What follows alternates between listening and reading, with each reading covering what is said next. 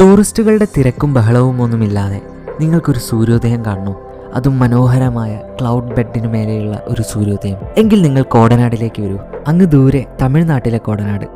ഊട്ടിയിൽ നിന്ന് വെറും 45 കിലോമീറ്റർ മാത്രം ദൂരമുള്ള, എന്നാൽ ഊട്ടിയിൽ നിന്ന് വ്യത്യസ്തമായി യാതൊരുവിധ തിരക്കുകളൊന്നുമില്ലാതെ ഇവിടുത്തെ നാട്ടുകാർ മാത്രം താമസിക്കുന്ന ഒരു ഗ്രാമം. കോടനാട് റൂം എടുക്കുന്നില്ല എങ്കിൽ തൊട്ടടുത്തുള്ള കോത്തഗിരിയിലോ അല്ലെങ്കിൽ ഊട്ടിയിലോ തലേന്ന് രാത്രി റൂം എടുത്ത ശേഷം പിറ്റേന്ന് പുലർച്ചെ 1 മണിക്കൂറോളം യാത്ര ചെയ്ത് സൺറൈസ് കാണാൻ വേണ്ടി പോകാവുന്നതാണ്. രാവിലെ 8:30 വരെ വ്യൂ പോയിന്റിലേക്കുള്ള എൻട്രി സൗജന്യമാണ്.